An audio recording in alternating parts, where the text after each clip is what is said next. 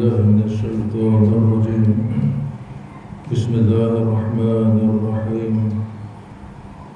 السلام عليكم ورحمة الله تعالى وبركاته. الحمد لله رب العالمين وبه نستعين، والصلاة والسلام على أشرف الأنبياء والمرسلين وعلى آله والقرابة والصحابة والتابعين لهم بإحسان إلى يوم الدين. وقال رب اشرح لي صدري ويسر لي أمري واحلل عقدة من لساني يفقه قولي.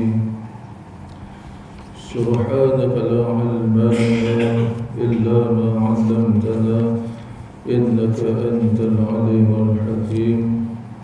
ولا حول ولا قوة إلا بالله العلي العظيم. ولا حول ولا قوة إلا بالله العلي العظيم. ولا حول ولا قوة إلا بالله العلي العظيم. بسم الله ما شاء الله لا يسوق الخير إلا الله. بسم الله ما شاء الله لا يصرف سوء إلا الله. بسم الله ما شاء الله ما كان من نعمة فمن الله. بسم الله ما شاء الله لا حول ولا قوة إلا بالله العلي العظيم.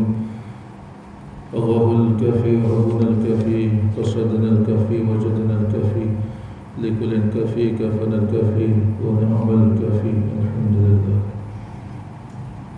Alhamdulillah, syukur kita kepada Allah Subhanahu wa taala atas nikmat iman dan Islam, atas nikmat baki umur, atas nikmat sihat tubuh badan, atas nikmat lapang masa yang Allah kurniakan kepada kita dapat kita sama-sama hadir ke rumah Allah ini untuk salat fardu maghrib secara berjemaah, iaitu sebaik-baik cara seperti mana yang ditunjukkan oleh baginda Nabi sallallahu alaihi wasallam. InsyaAllah sementara menunggu masuknya solat fardu Isya yang akan InsyaAllah kita akan kerjakan secara berjemaah. Jadi sementara menunggu masuknya solat fardu Isya, kita isi waktu yang terluang ini untuk menuntut ilmu fardu ain, iaitu ilmu tasawuf ataupun ilmu asas ilmu tasawuf, salah satu daripada 3 ilmu fardu ain yang wajib kita belajar, iaitu ilmu fiqh, ilmu tauhid ataupun ilmu usuluddin ataupun ilmu akidah, dan ilmu yang akan kita belajar pada malam ini iaitu kitab ilmu tasawuf ataupun ilmu asas pada ilmu tasawuf.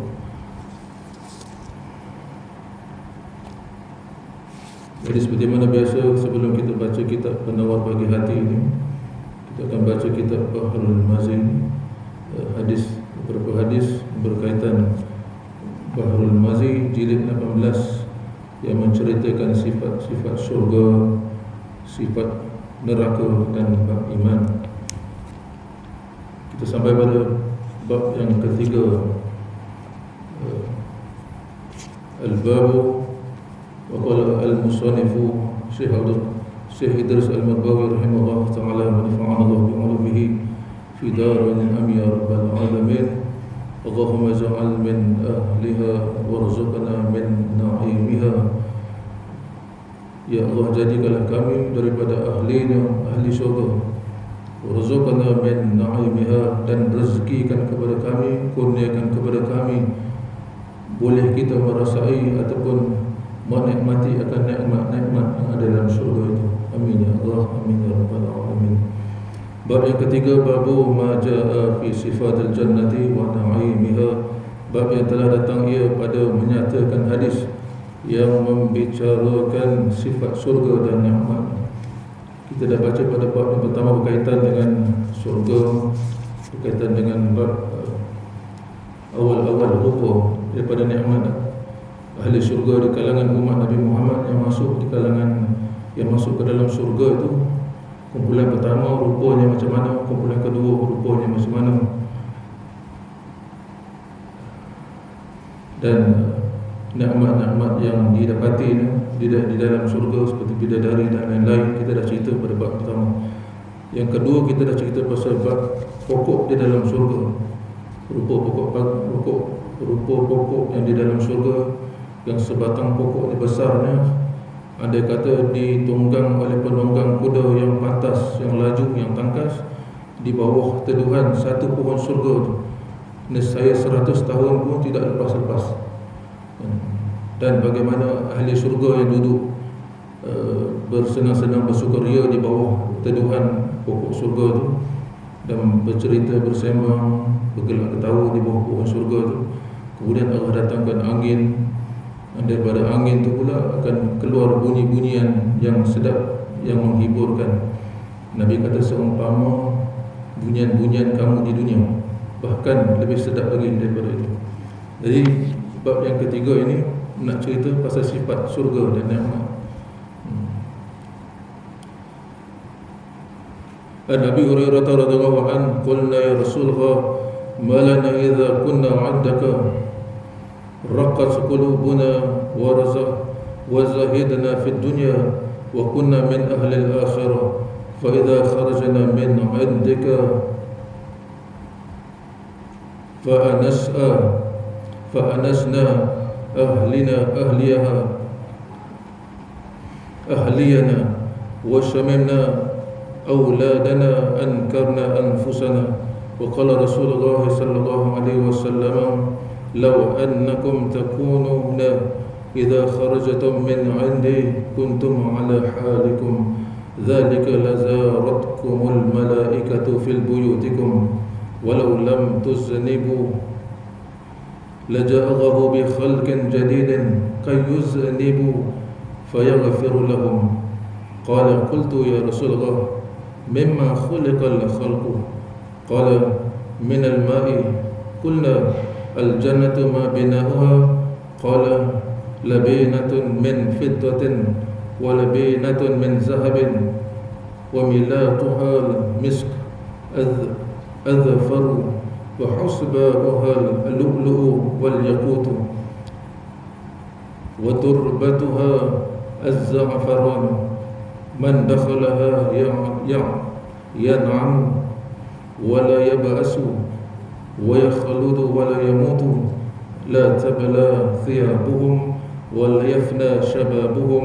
ثم قال ثلاثة لا ترد دعواتهم الإمام العدل والصائم حين يفطر ودعوة المظلوم يرفعها فوق الغمم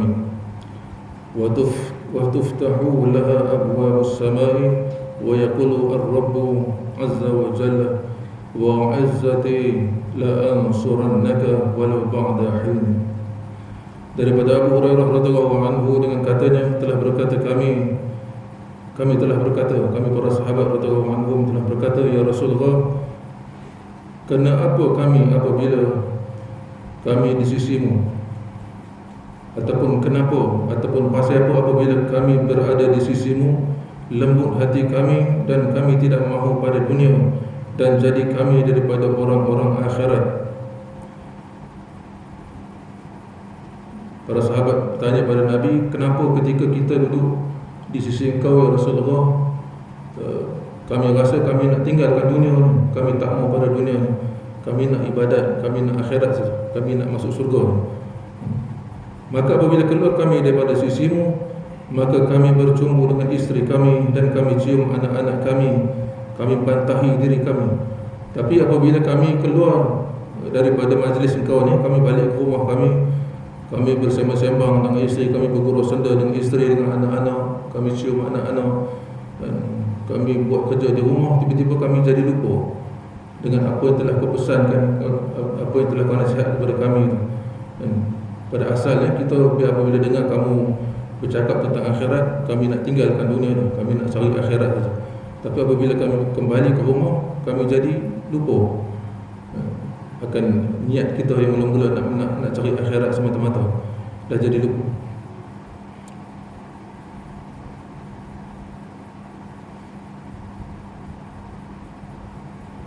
Maka sabda Rasulullah sallallahu alaihi wasallam, jikalau bahwasanya kamu ada apabila keluar kamu daripada sisi aku, ada kamu atas hal kamu, demikian pasti diziarahi oleh malaikat pada rumah kamu. Nabi sallallahu alaihi wasallam kata, andai kata kamu seperti mana kamu duduk di hadapan aku, kamu rasa macam kamu nak tinggalkan dunia ni, kamu nak buat ibadat saja, kamu tak mahu dah dunia ni, dan kamu keluar balik ke rumah kamu sama juga seperti mana kamu duduk di hadapan aku, maka para malaikat pasti akan ziarah kamu, ataupun para malaikat akan jabat tangan dengan kamu. Maksudnya tanda hormat ataupun respect lah bahasa kita. Malaikat tabik, malaikat akan tabik kita. Andai kata kamu berada di hadapan aku dan juga di belakangku pun sama, iman yang sama, maksudnya semangat yang sama. Nescaya para malaikat akan datang ke rumah kamu dan berjabat tangan kamu. Dan jikalau tiada berdosa kamu, tentu didatangkan Allah Subhanahu wa ta'ala dengan makhluk yang baru supaya berbuat dosa, maka diampunkannya bagi mereka itu. Andai kata kita seperti mana di hadapan Nabi, semangat untuk buat ibadat, tak mau kepada dunia, nak kepada akhirat semata-mata, kita balik kepada rumah kita pun semangat dan juga niat kita, azam kita yang sama juga, nescaya kita takkan buat dosa. Kita nescaya akan jadi orang seperti mana malaikat. Malaikat iman stabil. Sedangkan para nabi, iman mereka sentiasa meningkat. Sedang kita umat Nabi Muhammad ni ada kala naik, ada kala turun, banyak yang turun. Jadi andai kata kita jadi seumpama macam tu, stabil iman kita ataupun sentiasa meningkat, nescaya kita dah jadi seumpama macam malaikat ataupun para nabi. Kalau macam tu, kita akan jadi orang yang takkan buat dosa. Jadi seandainya kita macam tu, seandainya kita tak ada dosa, Allah akan datangkan satu makhluk yang lain yang akan buat dosa dan Allah akan ampunkan dia. Kalau andai kata kita jadi orang seumpama macam tu. Kata Abu Hurairah, ya Rasulullah, daripada apa dijadikan makhluk? Kemudian Abu Hurairah radhiyallahu anhu bertanya kepada Nabi sallallahu alaihi wasallam, makhluk ni Allah jadikan daripada apa? Sabda Nabi sallallahu alaihi wasallam, daripada air. Kata kami, surga apa itu bangunannya? Macam mana bangunan di dalam surga? Sabda Nabi sallallahu alaihi wasallam, bata untuk buat bangunan dalam surga tu daripada perak dan bata daripada emas. Maksudnya bata untuk bina bangunan dalam surga tu daripada perak dan daripada emas. Tanah lepon ataupun tanah simen untuk ikat bata-bata tu daripada kasturi yang keras baunya. Maksudnya kasturi yang amat harum bau. Simen, bahasa kita simen untuk mengikat bata-bata daripada kasturi yang kuat baunya ataupun harum baunya. Dan anak batunya, batu-batu tu daripada lu'lu' ataupun daripada mutiara dan yakut, permata yakut. Dan tanah di dalam surga tu daripada za'faran. Siapa masuknya bersedap-sedap dia, siapa yang masuk dalam bangunan yang dibina dalam surga tu akan bersedap-sedap, bersenang-lenang di dalam tu, dan tiada putus asa dia, tak bersedih, dan kekal dia selama-lamanya, dan tiada mati dia, tak mati, tiada buruk pakaian dia tetap baru, tak buruk. Dan habis kemudaan mereka, dan tiada habis kemudaan mereka tu. Maksudnya dia tidak tua-tua, sentiasa muda. Kalau lelaki umur 30-an, perempuan umur 30-an. Kalau perempuan pula sentiasa dara, lelaki sentiasa muda.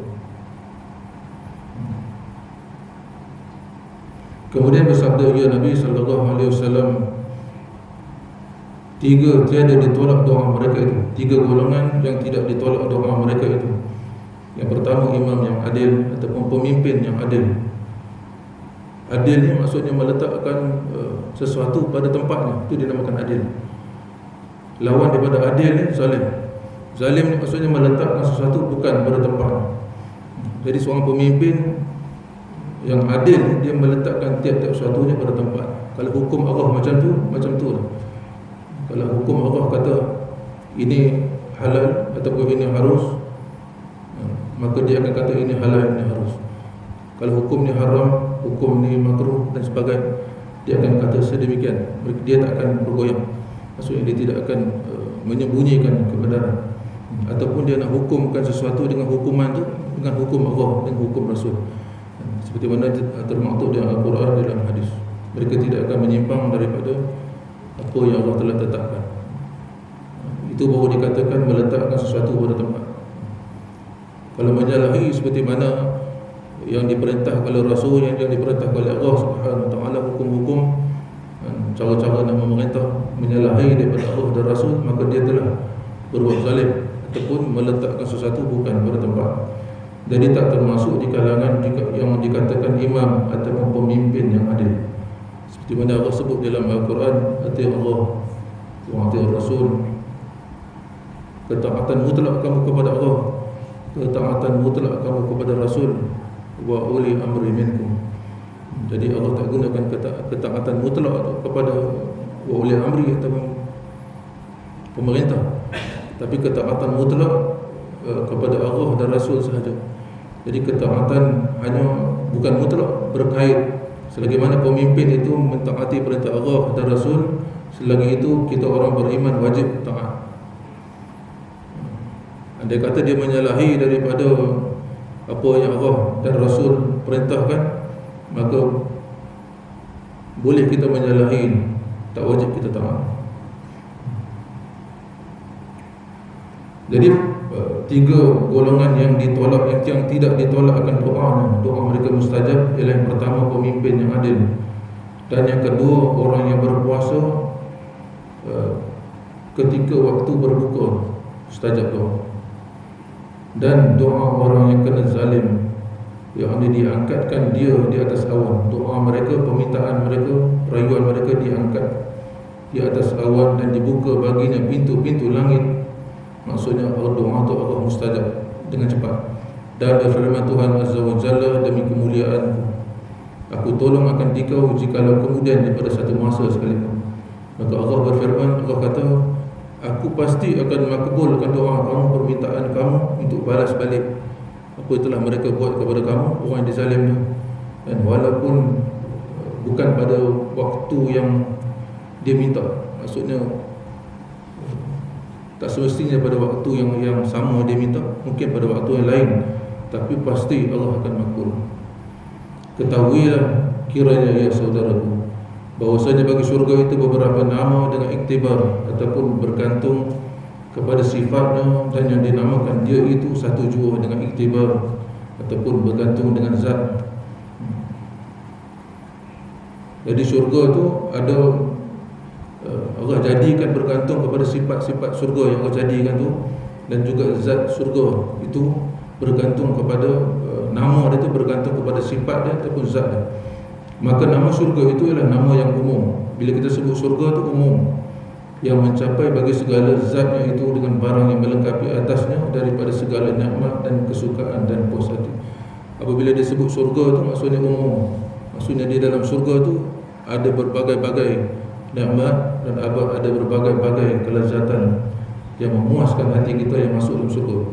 Dan telah berkata Imam Al-Qurtubi rahimahullah ta'ala, surga itu 7 dan yang lebih tinggi darjatnya, iaitu Jannatul Adn. Kata Imam Al-Qurtubi, surga itu ada 7 tingkat, 7 lapis.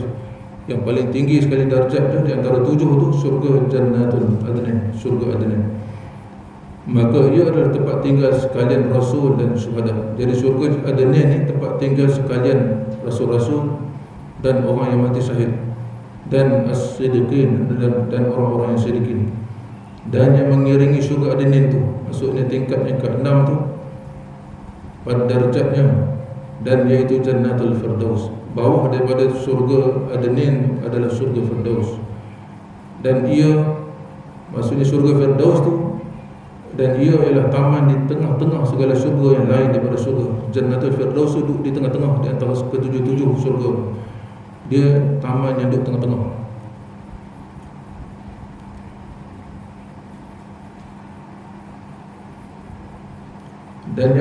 Dan kemudian daripada itu Jannatul Khuld. Selepas Jannatul Firdaus, Jannatul Khuld, kemudian Jannatul An-Na'im, dan kemudian Jannatul Ma'wa, kemudian Jannatul Darussalam, dan kemudian Jannatul Darul Al-Maqam. Dan setengah daripada ulama itu membahagikan syurga itu dengan iktibar ataupun mengikut kepada orang yang kekal di dalamnya syurga itu tiga. Orang yang masuk syurga ini ada tiga kategori ataupun tiga golongan, mengikut kategori, tiga kategori. Yang pertama, golongan pertama, syurga ketentuan ataupun syurga yang telah Allah tentukan untuk dia. Syurga ketentuan dari Tuhan, iaitu syurga yang dimasukkan dia oleh budak-budak dan ahli fatrah. Maksud golongan pertama, syurga yang Allah tetapkan ni adalah untuk budak-budak yang mati kecil, sama ada orang Islam ataupun orang-orang kafir. Budak-budak yang mati kecil, mereka yang akan masuk dalam syurga yang pertama ni. Dan juga ahli fatrah ataupun ahli fitrah. Ahli fitrah ni orang yang mati ataupun orang yang hidup sebelum diutuskan Rasul. Antara sebelum Nabi Muhammad SAW diutuskan, sebelum Nabi Muhammad tu Nabi Isa. Jarak di antara Nabi Isa dan dengan Nabi Muhammad tu, kata para ulama, 400 tahun atau 500 tahun. Jadi jarak orang mereka yang hidup, termasuk juga keluarga Nabi sebelum Nabi diutuskan jadi Rasul, maka mereka ini andai kata berbuat dosa sekalipun, secara mereka dimaafkan oleh Allah, sebab tidak ada Rasul yang diutuskan. Jadi mereka ini termasuk di kalangan ahli fatrah. Satu lagi juga kata para ulama, ahli fatrah ni orang yang dosa dan pahala dia sama berat. Dosa dan pahala dia sama berat. Jadi mereka termasuk di kalangan ahli fatrah. Kalau kita baca surah Al-A'raf, Al-A'raf ni adalah satu tembok di antara yang menjadi kata apa, tembok di antara surga dan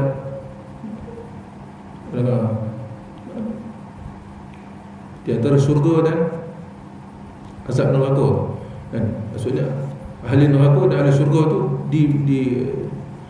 dibezakan ataupun dihalang oleh satu tembok, namanya tembok Al-A'raf.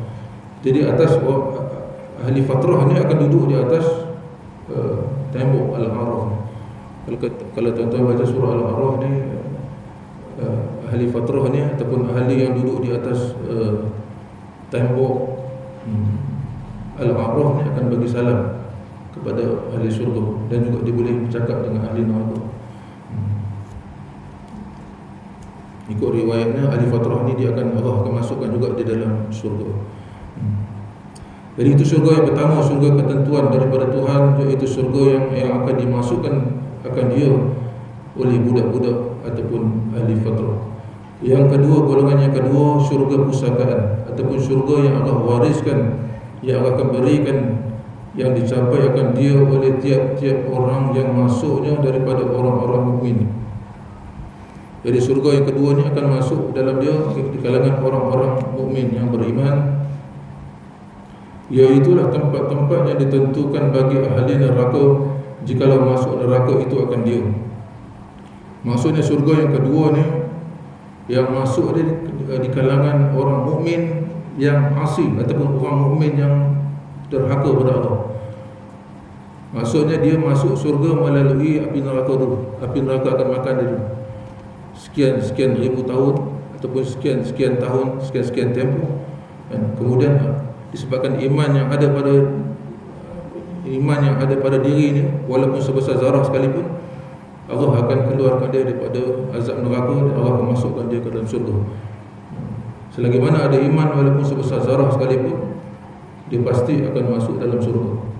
Cuma dosa-dosa yang Allah tidak ampunkan tu, dia api neraka akan makan dulu, akan bersihkan dulu, kemudiannya dia akan masuk dalam syurga. Itu golongan yang kedua.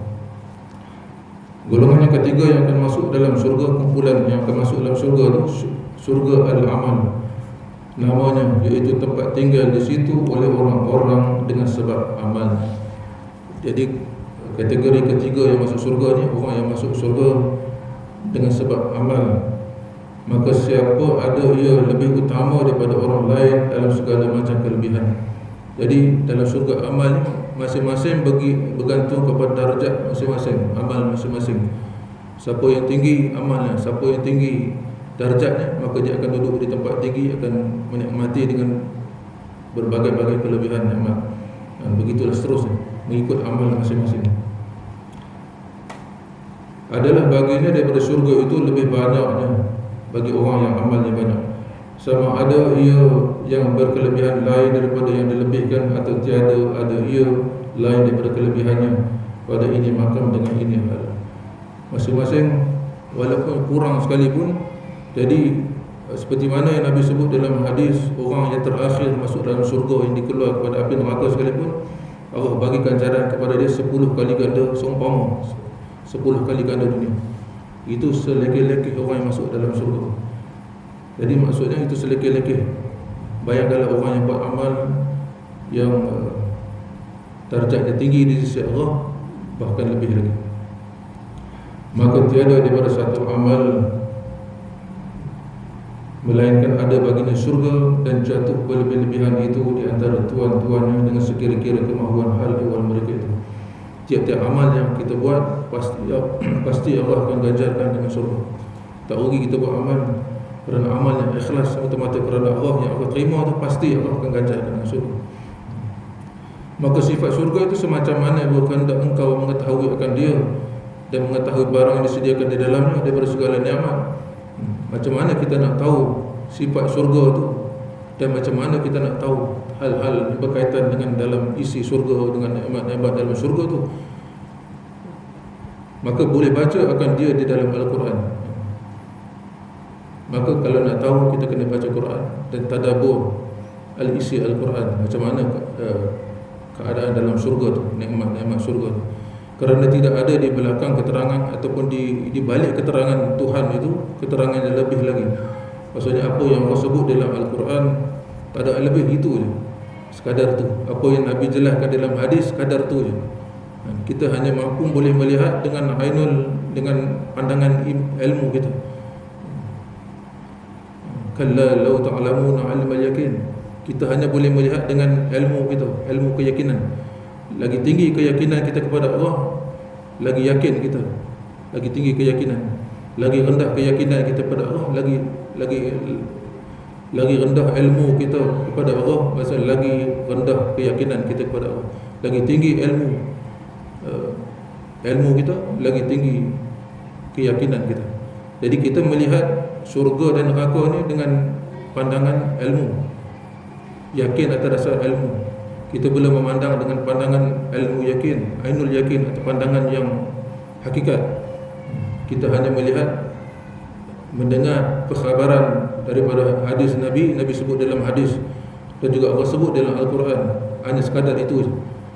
Jadi wajib kita beriman dan percaya dengan sepenuh yakin, tanpa ada ragu-ragu, walaupun kita tak pernah melihat dengan mata kepala sekalipun. Hanya satu-satu manusia yang pernah melihat syurga dan neraka dan lain-lain, hanya seorang, Nabi Muhammad sallallahu alaihi wasallam, yang melihat dengan pandangan mata, yakin. Nabi dah ditunjukkan bagaimana keadaan azab ahli neraka. Nabi dah dibawa masuk berjalan dalam syurga. Antaranya Nabi ketika berjalan dengan Jibril alaihissalam, Nabi melihat satu sungai yang tepi-tepi dia tu daripada permata, batu-batu yang ada dalam sungai itu daripada batu-batu permata. Nabi mencelupkan tangan dia. Nabi tanya, sungai ini untuk siapa? Jibril AS jawab, ini adalah sungai Al-Kausar. Sungai Al-Kausar dalam surga untuk kamu. Nabi celupkan tangan di dalam dasar sungai itu, pegang tanah yang ada dalam sungai Al-Kausar itu, dan Nabi cium tangan Nabi berbau kasturi, wangi. Jadi sungai Al-Kausar ini adalah sungai yang dialirkan keluar surga, kena masuk ke dalam haud kolam Nabi di sebelum titian Sirat. Ada dua saluran daripada sungai Al-Kautsar yang mengalirkan air masuk ke dalam haud ataupun kolam Nabi yang ada sebelum titian Sirat. Andainya kita minum walaupun seteguk sekalipun, nescaya kita tidak akan dahaga ataupun lapar selama-lama. Disebut dalam kitab Jawi ada sebut Ini kata ulama. Anda kata kita nak mendengar deruan dua saluran daripada sungai Al-Kauthar, kita masukkan jari telunjuk kita dua-dua dalam telinga, deruan tu kita boleh dengar deruan sungai Al-Kauthar. Hakikatnya wallahu a'lam.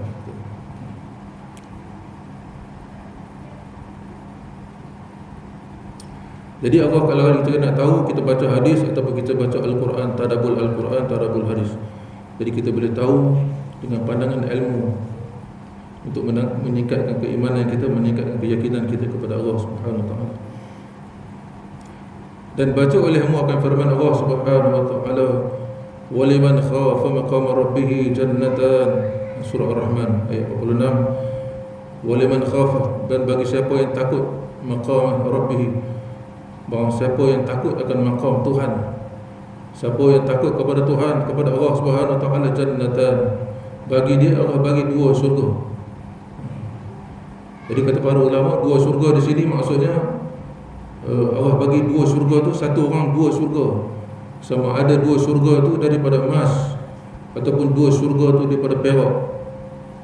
Kata Syekh Al-Fatani rahimahullah taala dalam kitab Munyatul Musallin, ketika bacakan ayat ni, waliman khafa maqam rabbih jannatan, orang siapa yang takut akan maqam Tuhan, orang siapa yang takut kepada Allah Subhanahu wa taala, Allah akan bagi jannatan, dua syurga. Satu syurga di dunia, satu syurga di akhirat, yang hakikat, syurga hakikat di akhirat. Syurga di dunia tu kata Syekh Al-Qutani, al-jannatul ajilah, ataupun syurga yang segera yang Allah bagi di dunia, itu dalam solat. Siapa yang solat dalam keadaan khusyuk dia, tadabbur dia, betul-betul menghayati solat tu, Allah akan bagi kepada dia syurga yang segera di dunia. Maksudnya dia menikmati akan sembahyang dia tu, dan dia berlazat-lazat dalam sembahyang dia tu. Syurga yang segera di dunia. Jadi baca ayat waliman khafa maqama rabbih jannatan, baca surah Ar-Rahman sehingga akhir surah Ar-Rahman, dan baca juga surah Al-Waqiah dan lain-lain daripada segala surah. Kalau kita nak tahu hal-hal yang berkaitan dengan surga, nikmat-nikmat surga, azab dalam api neraka dan lain-lain, maka bacalah Al-Quran. Dan jika engkau hendak ketahui secara tafsil, ataupun kalau kau nak tahu secara terperinci segala sifat surga itu daripada hadis-hadis Nabi sallallahu alaihi wasallam, maka boleh perhati sekarang tafsilnya. Kemudian daripada engkau tatap dan perhatikan atas jumlah-jumlahnya, maka itu pun tafsil yang dikatakan dia tafsil. Sebab pun dikatakan begitu kerana macam mana mahu diliputi oleh pengetahuan kita akan syurga itu atas jalan tafsil yang hakiki itu, padahal Tuhan telah berfirman ya.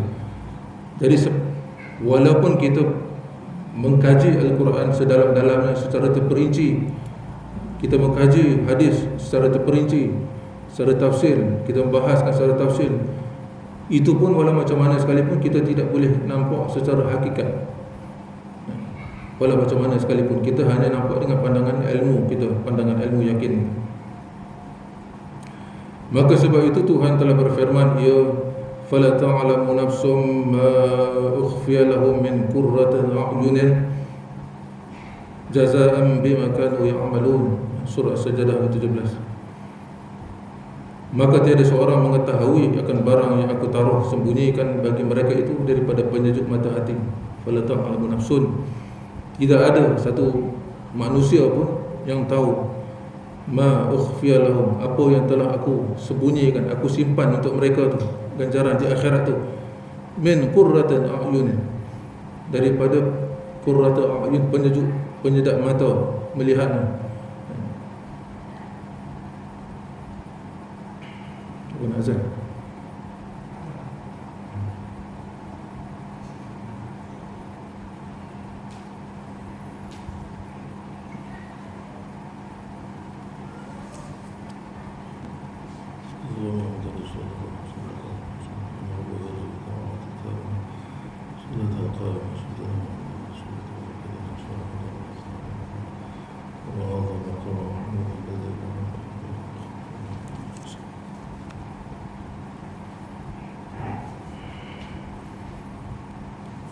Sekali lagi. Fala ta'lamu nafsum ma ukhfiya lahum, maka tidak ada satu orang pun ukhfiya lahum, dia tidak tahu apa yang telah Allah sembunyikan, Allah simpankan bagi mereka itu di akhirat besok, min qurrati a'yunin, daripada benda-benda yang menjadi penyedap kepada mata ataupun penyejuk mata apabila melihat di nikmat-nikmat dalam syurga. Jazaa'an bima kanu ya'malun, sebagai balasan atau ganjaran sesuai dengan apa yang telah mereka kerjakan. Dalam hadis kursi Allah sebut, a'dadtu li'ibadi as-salihina ma la 'ainun ra'at wa la udhunun sami'at wa la khatara 'ala qalbi bashar. Telah aku sediakan bagi segala hamba-Ku itu yang soleh-soleh itu barang ataupun ganjaran yang tiada pernah dilihat oleh mata dan tiada pernah didengar oleh telinganya dan tiada pernah terlintas di atas hati manusia. Jadi ganjaran-ganjaran itu Allah akan berikan kepada mereka-mereka yang soleh, yang beriman, yang masuk dalam syurga, walaupun disebutkan dalam hadis dan Al-Quran sekian-sekian sebagai umpamanya, tapi tidak seperti mana yang disebut, bahkan hakikatnya lebih lagi. Itu maksud Allah sebut bahawa benda yang Allah nak bagi kepada kita, kepada orang-orang yang soleh, orang yang beriman, orang bertakwa yang masuk dalam syurga itu benda-benda yang tak pernah dilihat oleh mata, yang tak pernah yang tak pernah didengar oleh telinganya, dan tiada pernah terlintas dalam hati manusia walaupun sedikit sebesar kuman pun sekali dia tak pernah terlintas. Maka itulah yang Allah akan bagi kepada ganjaran bagi kepada orang-orang yang soleh, orang beriman, bertakwa. Walaupun kita mendengar dalam hadis, kita baca di dalam hadis, di dalam Al-Quran dan lain-lain, itu semua tidak sama pada hakikat, hanya sebagai bayangan, sebagai panduan sahaja. Allah.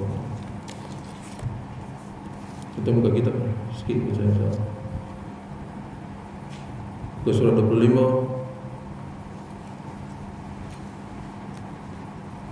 Qala al-musannifu Syekh Qadir al-Mandili rahimahullah ta'ala wa nafa'ana bi ulumihi fi darain amin ya rabbal alamin. Kita menggunakan kitab penawar bagi hati, ilmu yang berkaitan ilmu asas tasawuf, karangan Syekh Abdul Qadir al-Mandili rahimahullah ta'ala. Kita sampai kepada fasal yang ketiga, iaitu pada menyatakan lidah. Kita baca sikit. Daripada 7 anggota, daripada mata, telinga kita dah baca. Kita sampai pada anggota yang ketiga, iaitu lidah. Ketahui olehmu bahawasanya Allah Subhanahu Wa Taala menjadikan ia akan lidah bagi engkau, supaya membaca engkau dengan dia akan Al-Quran. Tujuan utama Allah jadikan lidah, tujuan pertama sebenarnya untuk ma'rifah, untuk kenal kepada Allah. Selain daripada anggota, semua anggota yang Allah jadikan pada kita, tak kira apa juga yang ada yang melekat pada tubuh badan kita ni, daripada rambut sampai hujung kaki, semuanya Allah jadi tujuan utamanya li ma'rifatillah, untuk tujuan kenal Allah. Itu yang paling utama. Jadi fungsi cara untuk kenal kepada Allah ni, selain daripada belajar, yang pertama sekali untuk kita kenal Allah ni melalui ilmu tauhid. Melalui ilmu tauhid, mengenal Allah. Tujuan utamanya kita nak kenal zat Allah, tetapi kita tak dapat nak kenal zat Allah, tetapi kita nak kenal zat Allah ni melalui sifat-sifat. Sifat-sifat Allah, 20 sifat yang telah digaris oleh para ulama Asy'ariyah, Imam Abu Hasan al-Asy'ari dan Imam Abu Mansur al-Maturidi, dan ulama akidah Ahlussunnah wal Jamaah. Selain daripada imam-imam ini, terkeluar daripada akidah Ahlussunnah wal Jamaah. Dalam Selangor pun, bila sebut akidah Ahlussunnah wal Jamaah yang berakidahkan kepada Imam Abu Hasan al-Asy'ari ataupun Asy'ariyah disebut, ataupun dan Imam Abu Mansur al-Maturidi, ataupun kita sebut Maturidiyah. Ini saja imam-imam akidah dalam Ahlussunnah wal Jamaah. Selain daripada itu, mungkin dia Wahabi, mungkin dia Syiah, Khawarij dan macam-macam. Jadi cara untuk kita kenal Allah, cara untuk kita kenal zat Allah, ataupun kita tahu hal-hal yang berkaitan dengan mentauhidkan Allah, ataupun hal-hal yang berkaitan dengan tauhid, akidah dan lain-lain, kita hanya tahu melalui ilmu akidah dengan mempelajari sifat-sifat Allah, 20 sifat. 20 sifat tu 20 sifat yang wajib kita tahu. Sama ada wajib kita tahu secara tafsili ataupun secara terperinci 20 sifat. Dan juga lawan kepada 20 sifat tu sifat-sifat mustahil kata Allah. Dan juga sifat kita wajib kita tahu segala sifat-sifat kesempurnaan secara ijmal. Sifat-sifat Allah ni bukan 20 aja.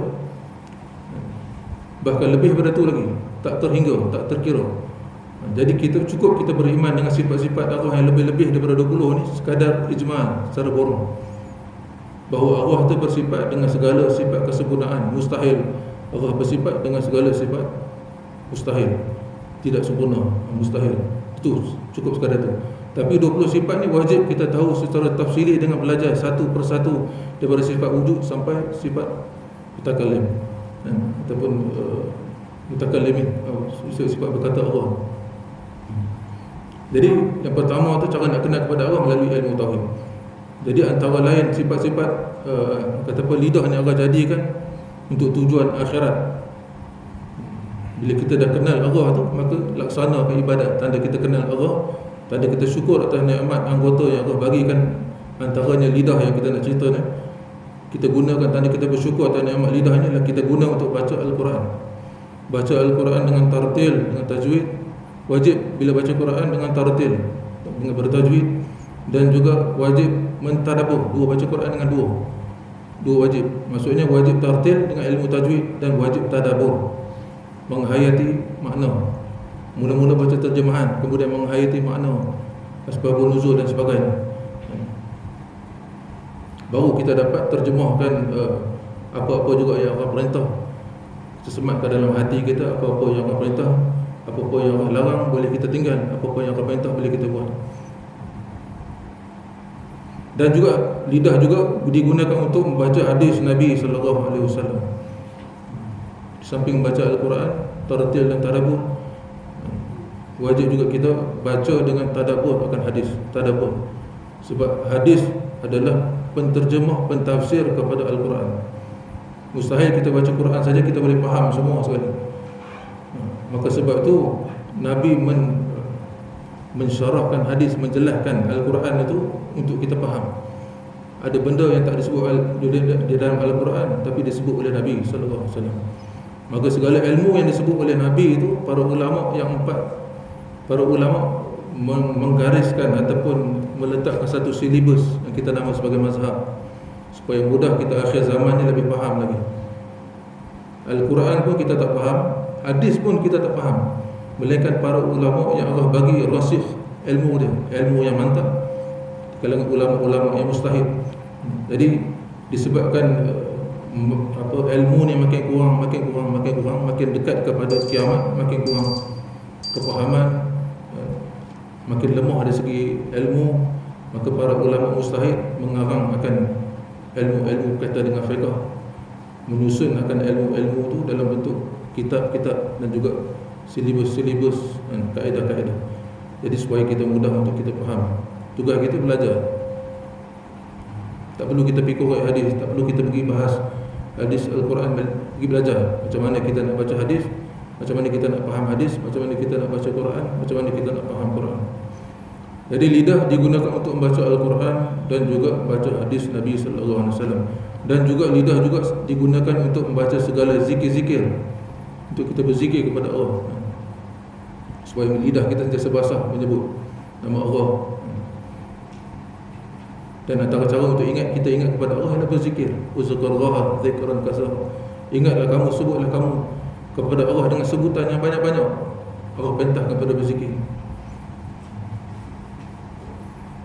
Jangan kita peduli cakap-cakap orang-orang yang walau ilmu dia tinggi melangit sekalipun dan halang kita nak berzikir, nak sebut nama Allah tak boleh, sebab Nabi tak sebut. Jangan peduli cakap orang-orang macam tu, sebab perintah Allah tu umum. Uzkurullah, sebutlah nama Allah, situ jelas sebut. Zikran katsira, dengan sebutan yang sebanyak-banyak. Kita kata tak boleh zikir sebut nama Allah, sebab Nabi tak sebut. Jangan peduli cakap orang tu. Dan lidah juga digunakan sebagai untuk mendapatkan ilmu pengetahuan yang memberi manfaat. dan supaya mengajar engkau akan dia dengan guna lidah. Kita boleh daripada ilmu yang kita dapat daripada Al-Quran, daripada hadis, daripada pengajaran para ulama, maka kita gunakan hadis itu untuk mengajar orang. Dan menyuruh, dan lidah juga digunakan untuk menyuruh engkau dengan kebajikan, suruh orang buat baik, dan melarang daripada kejahatan. Lidah juga guna untuk melarang orang daripada buat jahat. Amru bil ma'ruf, perintah orang supaya buat baik, wan nahyu 'anil munkar, dan cegah orang daripada buat perkara munkar, perkara jahat, dan memberi nasihat engkau akan orang Islam. Lidah juga digunakan untuk bagi nasihat kepada orang Islam, nasihat kepada kebaikan. Kita nasihat orang ni tak semestinya orang akan dengar nasihat kita. Yang penting tugas kita wajib untuk kita nasihat orang buat kepada kebaikan. Kalau orang tu buat silap, buat salah, wajib kita menegur dia dengan berhemah lah. Bukan tegur dengan cara marah dia, dengan cara samsing dan sebagainya. Kita bukan tegur di hadapan orang ramai. Kalau tegur di hadapan orang ramai walaupun betul sekalipun, kita akan malukan dia, kita akan jatuhkan maruah. Kita akan tegur dia secara berdepan. Itu sepatutnya cara menegur. Dia nak terima atau tak terima, itu lain cerita. Yang penting kewajipan kita bagi nasihat. Dan menunaikan engkau akan hajat dengan lidah juga menunaikan engkau hajat akan mereka. Apa-apa juga hajat manusia, kita gunakan lidah itu untuk cakap, untuk mendamaikan orang daripada berkelahi itu, dan macam-macam kita boleh gunakan dengan lidah, dan mendamaikan engkau akan mereka itu. Allah, itu saja.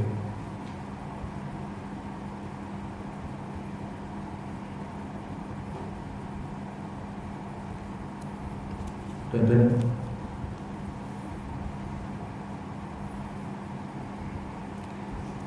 kait dengan mutasawuf ada tanya.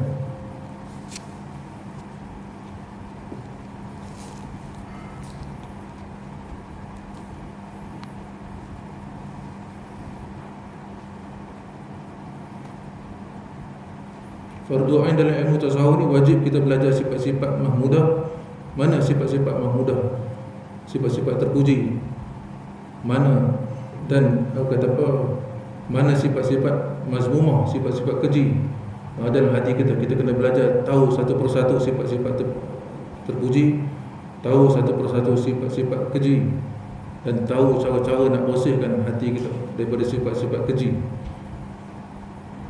Itu baru fardu ain, bukan fardu ain. Selagi mana hati kita, selagi mana kita tak tahu cara untuk bersih, selagi mana kita tak tahu mana yang terpuji, mana yang keji, dan cara untuk bersihkan, selagi itu kita tidak lepas fardu ain. Asas ilmu tasawuf. Selagi itu kita tak wajib kita belajar cara apakah itu sifat-sifat terpuji, sebab kita nak pakai sifat itu. Wajib kita tahu sifat-sifat keji, sebab kita nak buang sifat itu daripada hati kita, yang melekat, yang berkarat dalam hati kita, sebab kita nak buang sifat. Selagi mana kita tak tahu mana terpuji, mana terkeji, kita main pukul rata sama, selagi itu kita duduk dalam berdosa. Mati kita dalam keadaan cuai ataupun ambil sambil lewat ilmu fardu ain ni, antaranya ilmu tasawuf ni, selagi kita ambil tak peduli, mati kita dalam keadaan membawa dosa, maka dituntut oleh Allah Subhanahu wa ta'ala di akhirat. Allah akan tanya kita, sebab kenapa kamu tak laksanakan apa yang aku perintah? Wajib bagi tiap-tiap fardu ain, bagi tiap-tiap mukallaf untuk belajar. Fiqh pun ada hak fardu ain dia. Antara dia bab ibadah dia, bab munakahat, jenayah, bab muamalah, wajib kita tahu. Bab ibadah terutamanya wajib. Bab lain macam-macam bab muamalah, bab jenayah tu, bila kita melaksanakan benda tu wajib kita tahu. Contoh kalau kita nak berniaga, wajib kita tahu bab-bab hal-hal berkaitan muamalah, wajib alim bab muamalah, jual beli dan sebagainya, tak sewa. Kalau kita nak berurusan dengan jenayah, wajib kita belajar. Nak jadi hakim ke, nak jadi orang yang menguatkuasa undang-undang, wajib kita belajar ilmu berkaitan dengan jenayah undang-undang. Kalau kita nak kahwin, wajib kita belajar, wajib kita alim dalam bab nikah kahwin, menakah. Semua nak kahwin tu kan, mesti wajib kita tahu bab rumah tangga. Apatah lagi bab ibadat. Ibadat semua wajib lakukan. Fardu ain atas setiap seorang belajar daripada A sampai Z bab ibadah. Tapi walau macam mana sekalipun, wajib masih boleh bersandar, bertaklid kepada ulama, bukan bertaklid kepada kitab, bertaklid ataupun bersandar kepada ustaz-ustaz. Ustaz tu cakap macam ni, hukum dia macam ni. Apakah hukum dia najis ke tak najis ke, sah ke batal, kita boleh bersandar. Begitu juga dalam ilmu tasawuf, boleh juga kita bersandar. Tapi bersandar ilmu tasawuf tak seperti mana bersandar seperti ilmu fiqh. Ilmu tasawuf dia dekat kepada ilmu akidah, berkait. Maksudnya dia kena berlepas diri daripada taklid, berpegang. Sebab ilmu hati, ilmu tasawuf ni berkaitan dengan hati. Hati kita sendiri kena nampak, sebab kita kena bersih. Apatah lagi ilmu akidah. Ilmu akidah dia mesti berlepas diri daripada bertaklid, belajar bagi nampak dalil. Sebab hati, sebab dia ilmu etikad. Kita tak boleh bersandar, haram. Dalam ilmu akidah haram kita bertaklid atau berpegang kepada ustaz ke, berpegang kepada apa juga dalil, kita tak boleh pegang. Melainkan kita kena nampak, belajar dan nampak sendiri dengan hati kita, dengan etikad. Sebab dia ilmu etikad. Apakah dalil wujud Allah? Dalil wujud Allah kita boleh sebut dalil wujud Allah. Adanya alam ni, adanya matahari, adanya bulan, adanya manusia, ada tumbuh-tumbuhan, binatang. Kita boleh sebut, tapi sebut sekadar itu belum cukup lagi. Kita mesti nampak dengan hati kita. Nampak dengan hati. Mula-mula dengan dalil, kemudian kita nampak sendiri dengan hati kita, etikad bahawa wujud Allah. Yakin dengan dalil yang kita sebut tu, bukan bersandar-sandar. Kalau orang tanya apa bukti, kita kata dalil wujud Allah ni apa bukti? Kita kata dalil wujud Allah ni ada matahari, ada bulan. Betul ke? Kita kata tak, ustaz saya kata macam tu, ulama kata macam tu. Kita tak boleh bertaklid. Kita kena nampak diri kita, nampak diri sendiri. Kita sebut dalil tu dengan yakin. Jadi nak sampai kepada tahap keyakinan tu, etikad dalam hati tu kena belajar sampai lepas. Sampai kita boleh nampak sendiri dengan tanpa berpegang. Pada mulanya kita berpegang dengan dalil, tapi kemudian kita berlepas diri dengan dalil. Bila kita sebut dalil wujud Allah, kita dah nampak dengan hati. Dalil kidam Allah, sedia kala Allah, nampak dengan etikad dalam hati kita. Simpulan etikad ni, simpulan dalam hati kita. Dalil qiyamuhu bi nafsihi dan sebagainya. Ada soalan? Abu Hurairah? Tak ada.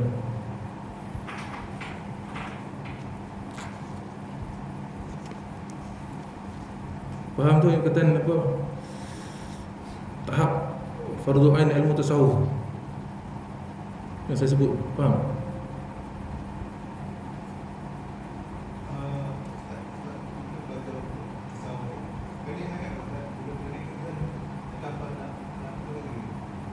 Nak panjangan? Boleh.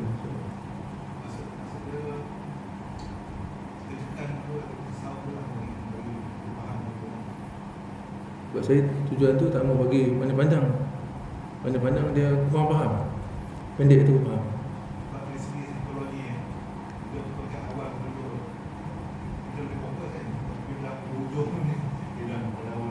Ya.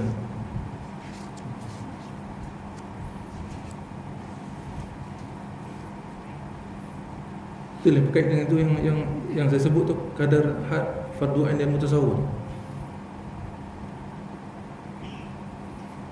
Sebab tu ulama sebut ini asas ni, kalau kita asas ni pun kita tak faham. Sebab tu dia datangkan dengan anggota-anggota dulu. Anggota-anggota mana yang kita nak tengok dulu, nak cek penyakit-penyakit kesan punca penyakit tu. Disebutkan 7 anggota. Kemudian baru dia masukkan sifat-sifat mahmudah, sifat-sifat terpuji. Ada banyak, tapi dalam ilmu tasawuf disebut 10 saja. Seperti mana Imam Ghazali sebut dalam kitab Ihya Ulumuddin. Ayat tu disyarah oleh ulama, 10 tu je.